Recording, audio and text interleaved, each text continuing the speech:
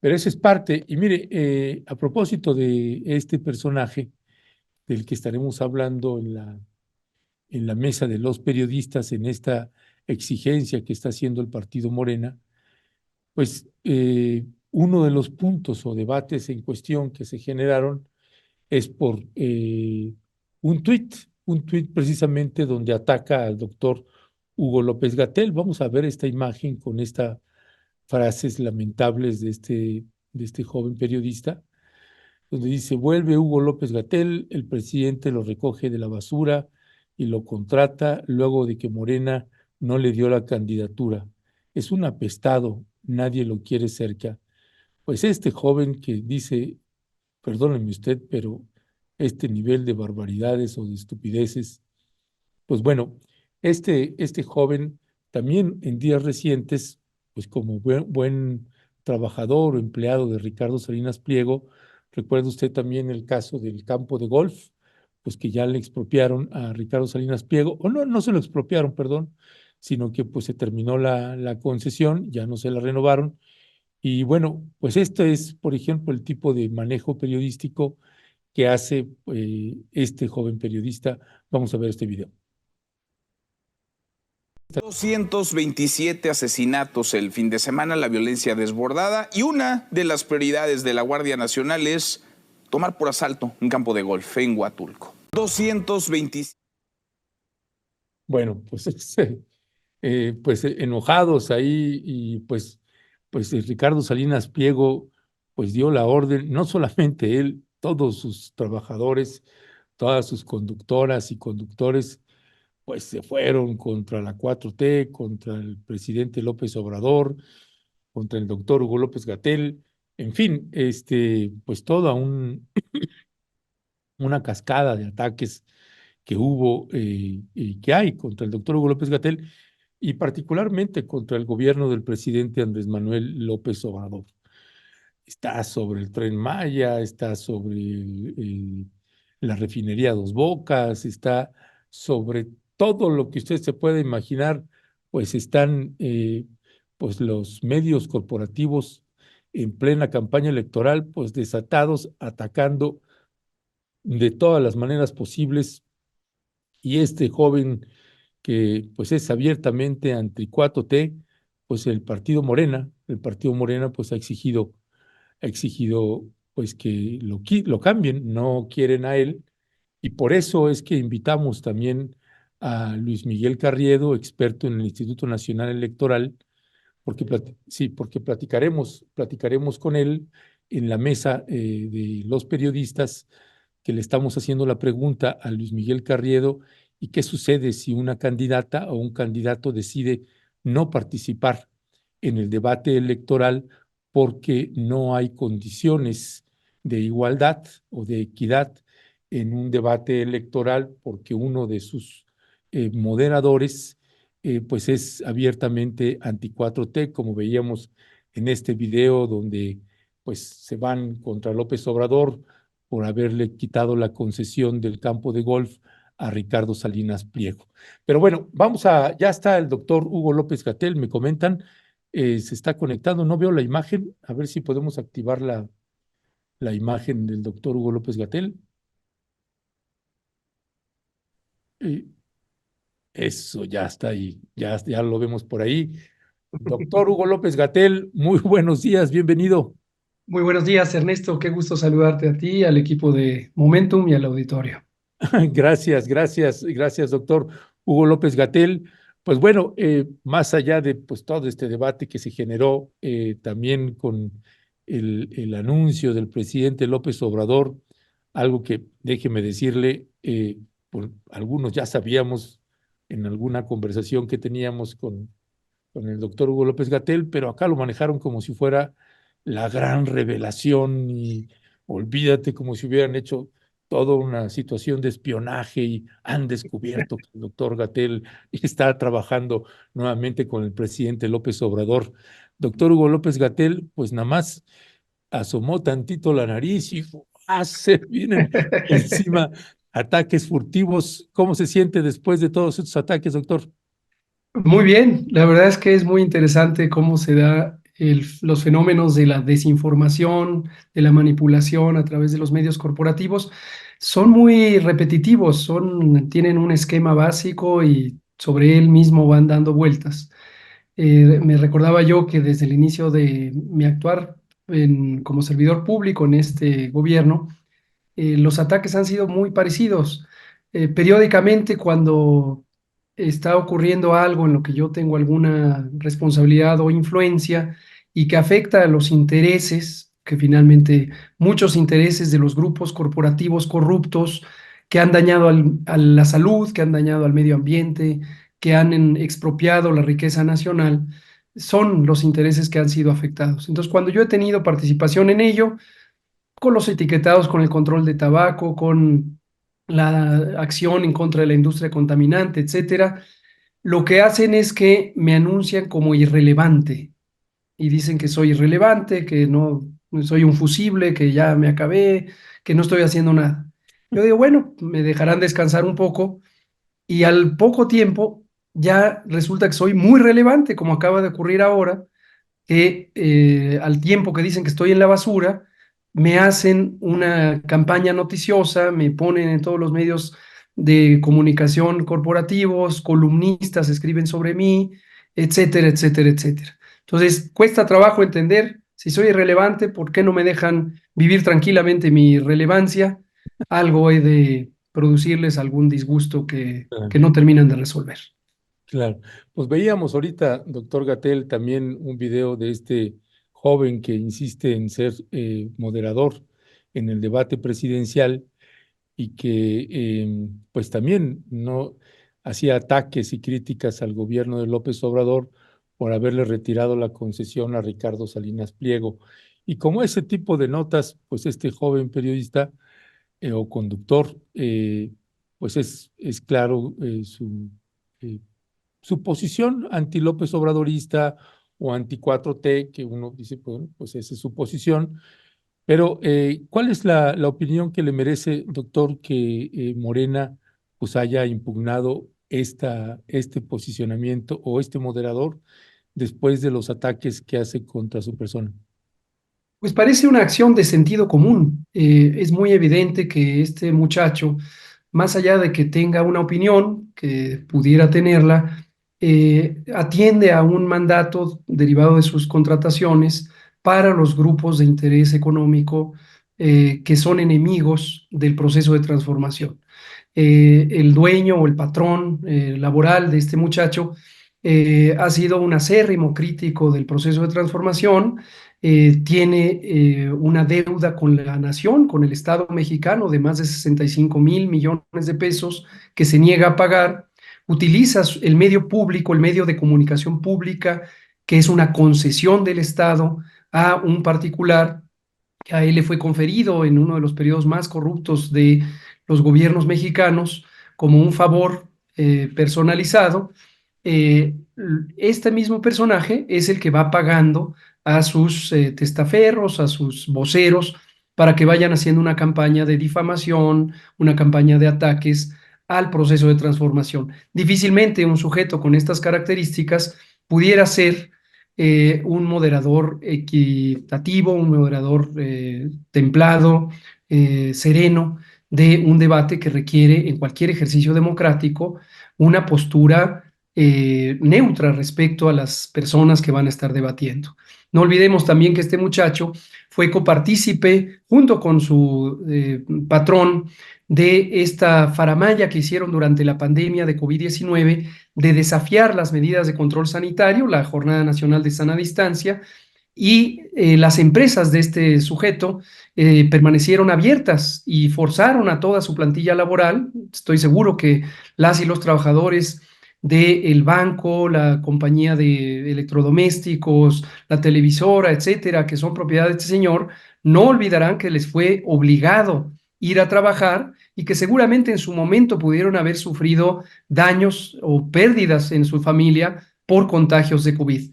Esa foto, exactamente. Entonces, este es el muchacho, San Martín, que está acompañando a su patrón en esta foto donde hicieron una gala de desafiar a la Autoridad Sanitaria Nacional y dijeron el COVID no es importante, nosotros vamos por la libertad económica y de hacer negocios. Así lo dijeron, todo el mundo lo recordará, quien no lo recuerde valdría la pena que lo tenga en mente si es que este sujeto finalmente se le permite ser moderador del debate. Así es, doctor Gatell. Pues ayer, doctor Gatell, estaba viendo también la entrevista que le hizo Julio Astillero y retomo también algo que era un tema que habíamos estado platicando acá y que pues evidentemente ahora que lo vuelven a poner a usted en la palestra, los medios corporativos, pues sale esta llamada comisión que incluso habíamos platicado con algunos académicos de la UNAM sobre esa comisión que no necesariamente es que tuviera mucho reflector, esta comisión independiente de COVID-19 en México. Algunos eh, profesores, doctores, académicos de la UNAM también nos habían hecho algunos comentarios que les llamaba la atención este tipo de comisión que está integrada por estos nombres que la audiencia también puede estar viendo. Pues vaya pool de comisión independiente, por eso lo entrecomillamos. Jaime Sepúlveda Amor, Julio Frenk, que Julio Frenk, entiendo, fue el que se jaló a Jaime Sepúlveda Amor en el sexenio de Vicente Fox Quesada para que trabajara con él.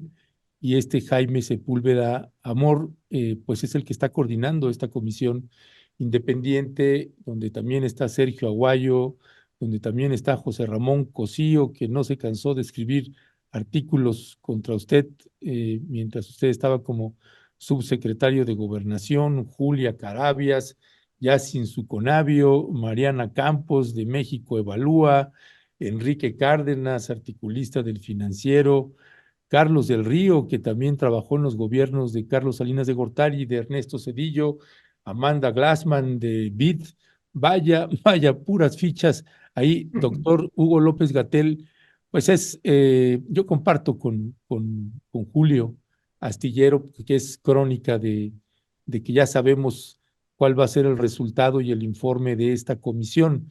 ¿Qué sabe usted sobre esto que están trabajando estas personas y qué decir de algunos de estos personajes que están ahí, doctor?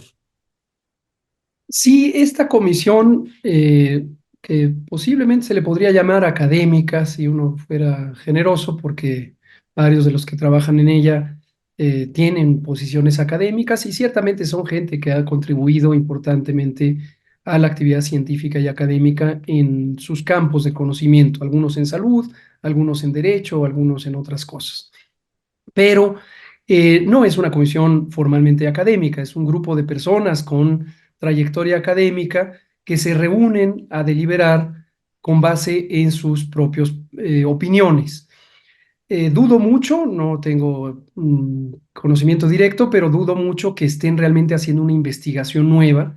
Seguramente entrevistarán selectivamente a las personas con las que ellos se reúnen, las personas que opinan de manera semejante a ellos. Llama mucho la atención, además de su evidente trayectoria en los sexenios de Carlos Salinas de Gortari, de Zedillo, de Fox, algunos en el sexenio de Peña Nieto, por ejemplo, también González Pier fue subsecretario en el sexenio de Peña Nieto.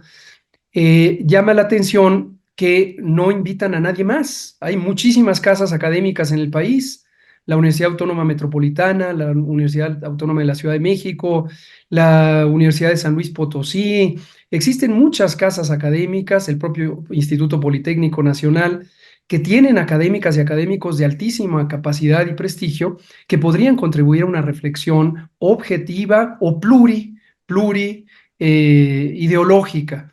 Pero no, lo que vemos es un grupo selecto de personas que se hablan a sí mismos y estarán trabajando sobre sus propias opiniones. Yo le decía a Julio Astillero ayer que le corro una apuesta pública y es si las conclusiones de esta comisión se parecen, yo pienso que se van a parecer mucho, por no decir que van a ser idénticas, a las opiniones que estos mismos sujetos habían escrito en 2020, en 2020, 2021, 2022, en sus distintos foros, Reforma, en Milenio, Crónica, Financiero, sí, el Heraldo, exactamente, sí, sí. exactamente en opiniones con Leo Zuckerman y demás, el público va a poder comparar las conclusiones que saque esta comisión con lo que ya venían diciendo y verá que están diciendo lo mismo.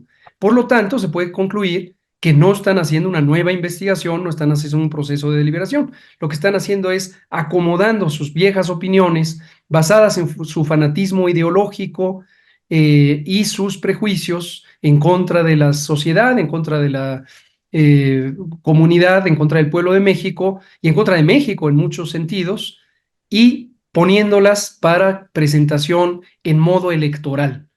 Ujú. De hecho, el doctor Julio Frenk parece que fue anunciado como parte de un equipo de trabajo de una de las candidatas presidenciales del momento.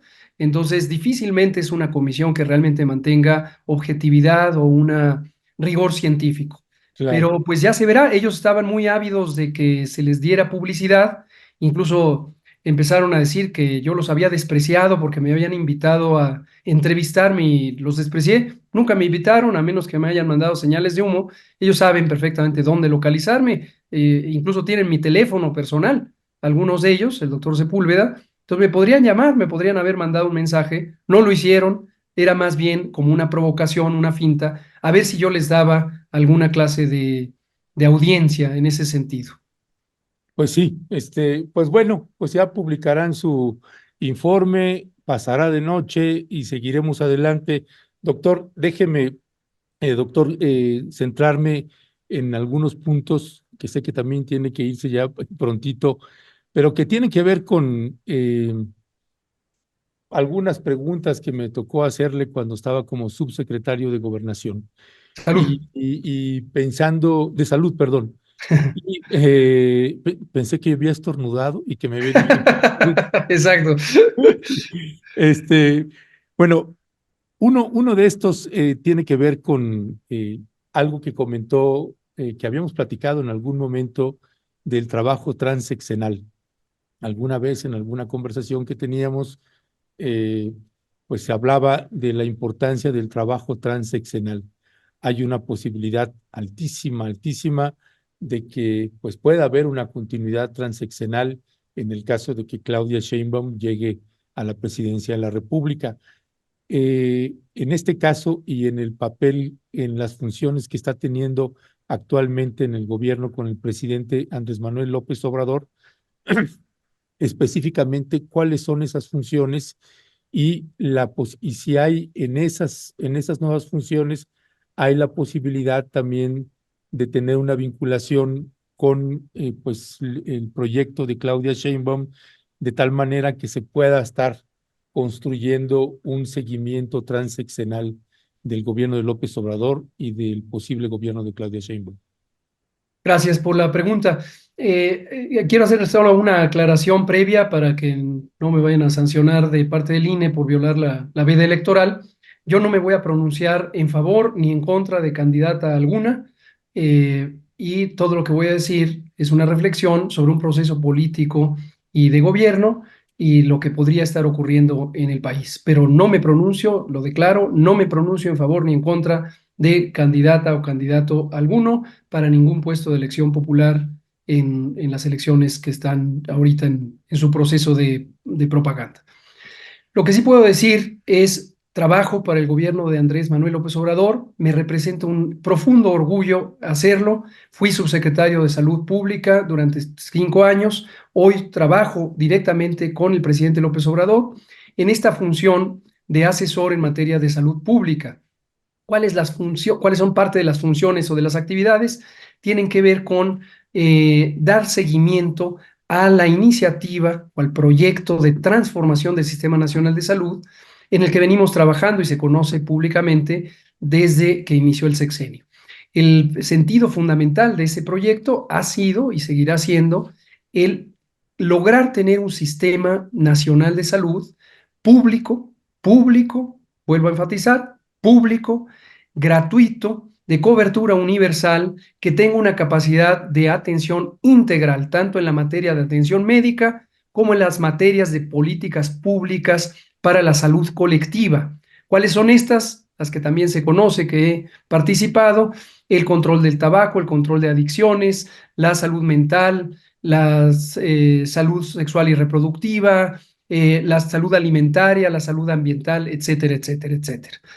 Este proyecto, desde luego, requiere varios sexenios para lograr sus frutos. Por un lado, porque existen grandes resistencias de parte nuevamente de grupos de interés corporativo. Hay una camarilla de pequeños grupos, en realidad son muy poquitos, pero que tienen mucho poder económico, que están ligados a las televisoras privadas concesionadas, que están ligados a los medios corporativos de comunicación, que están ligados a otros proyectos empresariales, en los que participan empresarios nacionales mayormente, pero algunos extranjeros, y que se apoderaron de las instituciones públicas desde los años 80 con un proyecto o un modelo que hemos llamado o se conoce como modelo neoliberal, que postula que el gobierno no debería tener participación en ciertas áreas de la actividad pública, económica, social, y que eso debería estar en manos de la iniciativa privada.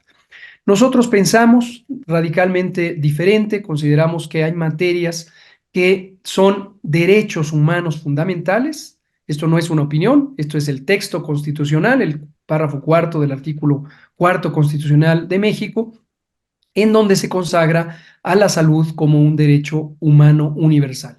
Lo que ha faltado, y es ahora lo que el presidente pone en una de sus 20 iniciativas de reforma constitucional, es que se consagre la obligación del Estado mexicano de garantizar el derecho a la protección de la salud en forma universal. Eso no está escrito todavía y es una de las propuestas que ha hecho el presidente López Obrador. Ahora, ¿qué quiere decir garantizar ese derecho? Quiere decir que el control económico, financiero, administrativo, operativo, de planeación, de rectoría, de gobierno de las instituciones públicas esté en manos de las instituciones públicas.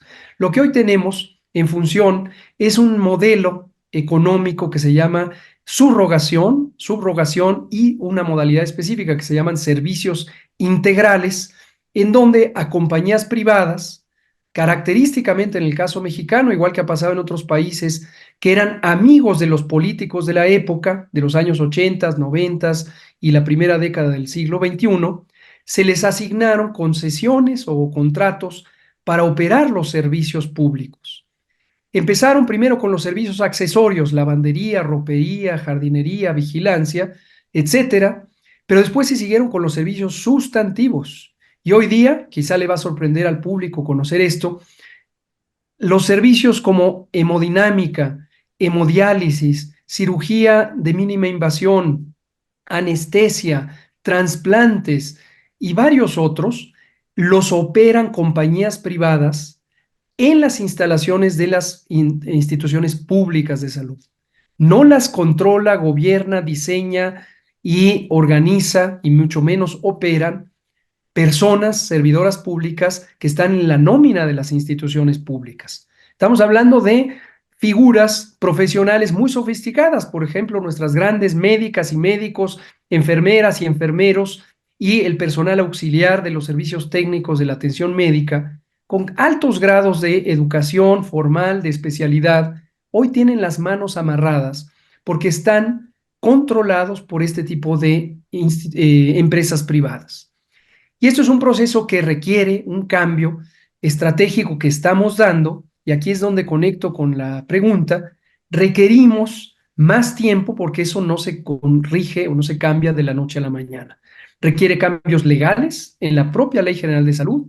Por cierto, al tiempo que ha transcurrido esta legislatura, también tenemos zancadillas de parte de los grupos corporativos, como el que hoy pretende tener una ley de cáncer, y esta Ley General de Cáncer es una iniciativa de las empresas farmacéuticas y de equipos médicos globales que se benefician de ciertos espacios de mercado. Ese es un ejemplo de muchas iniciativas que se han concretado en la Cámara de Diputados, en la Cámara de Senadores, y que son producto del cabildeo de estos grupos empresariales. Esa es una. La otra es que se necesita reorganizar los servicios y se necesita tomar propiedad física de ellos. Este proceso está en curso, pero va a requerir todavía varios meses o un par de años más para concretarse. Entonces, yo lo que aspiro es a que cualquiera que sea el escenario del resultado electoral, en el que, insisto, no me puedo pronunciar, aunque todo el mundo sabe cuál es mi postura, lo que queremos es que el pueblo de México tenga noción del derecho ganado. El derecho a la protección de la salud es un derecho del y para el pueblo de México y no deberíamos permitir ninguna reversa, ningún retroceso, ningún cambio hacia ese modelo que en México se conoció como Seguro Popular, pero que en realidad fue un invento del Banco Mundial y del Fondo Monetario Internacional para controlar el dinero de las instituciones públicas y que ese se destinara a contratar entidades privadas en vez de que se utilizara para mantener y expandir los servicios públicos de salud. Ya, gracias, doctor, doctor Hugo López-Gatell. Doctor Gatell, una de las preguntas, no sé si incluso durante el tiempo que estuvo como subsecretario de Salud, si se la hice 2 o 3 veces, pero aprovecho que otra vez está por ahí y está como consejero, ahí puedo preguntar sobre un tema que le hemos dado mucho seguimiento en este y en sexenios pasados y que tiene que ver con el desplazamiento forzado que han tenido pues muchas poblaciones, particularmente indígenas y poblaciones vulnerables eh, en el estado de Chiapas, en Michoacán, en Guerrero, en Oaxaca, y que en el estado de Chiapas, por ejemplo, ahorita se agudizan los desplazamientos. En algún momento, cuando ustedes estaban iniciando aquellas conferencias vespertinas, una de las preguntas que yo le hice hace varios años era qué se estaba haciendo para una atención específica con poblaciones desplazadas, porque veíamos que había ahí mucho abandono, no había quien les atendiera. No sé si sobre eso, por ejemplo, se está trabajando actualmente en esta administración o si sabe si en próximas administraciones, pues, ¿qué tendría que hacerse para dar una atención a una situación de emergencia humanitaria como es en estos casos? Recuerdo bien cuando me lo preguntó y todo el mundo conocemos el gran trabajo periodístico que usted ha hecho en el seguimiento de este problema social o sociopolítico tan complejo en varias regiones del país. Lo que es muy claro, ha sido siempre muy claro, es que el modelo de organización del Sistema Nacional de Salud mexicano, que está todavía vigente, que está escrito en la Ley General de Salud y que fue diseñado durante el sexenio de Miguel de la Madrid, la ley que se hizo durante el sexenio de Miguel de la Madrid es la que sigue vigente hoy, con varias reformas, pero en esencia sigue siendo la misma. Plantea un modelo de atención de la salud como si se tratara de atender individuo por individuo. Y esto entraña una profunda postura ideológica del neoliberalismo. Para el neoliberalismo y los neoliberales no existen los derechos sociales, los derechos colectivos. No existen los problemas en donde por ser 1, 2, 3, 5, 7, 40, 10,000, 100,000, 2 millones, 100 millones de personas, las realidades se vuelven mucho más complejas y requieren otro tipo de estrategias de atención. Para ellos es una persona a la vez porque su mentalidad es como si se tratara de clientes que acuden a un servicio privado de atención, que es el que ellos han querido diseñar y mantener durante tanto tiempo. Entonces se necesita una profunda reforma, no solamente de la Ley General de Salud, me he pronunciado siempre o muchas veces por la idea de que hay que eliminar, abrogar la Ley de Salud de 1984 y sustituirla por una nueva ley que tenga la noción, que parta de los principios conceptuales de una visión de un estado de bienestar, de protección colectiva e individual del pueblo de México.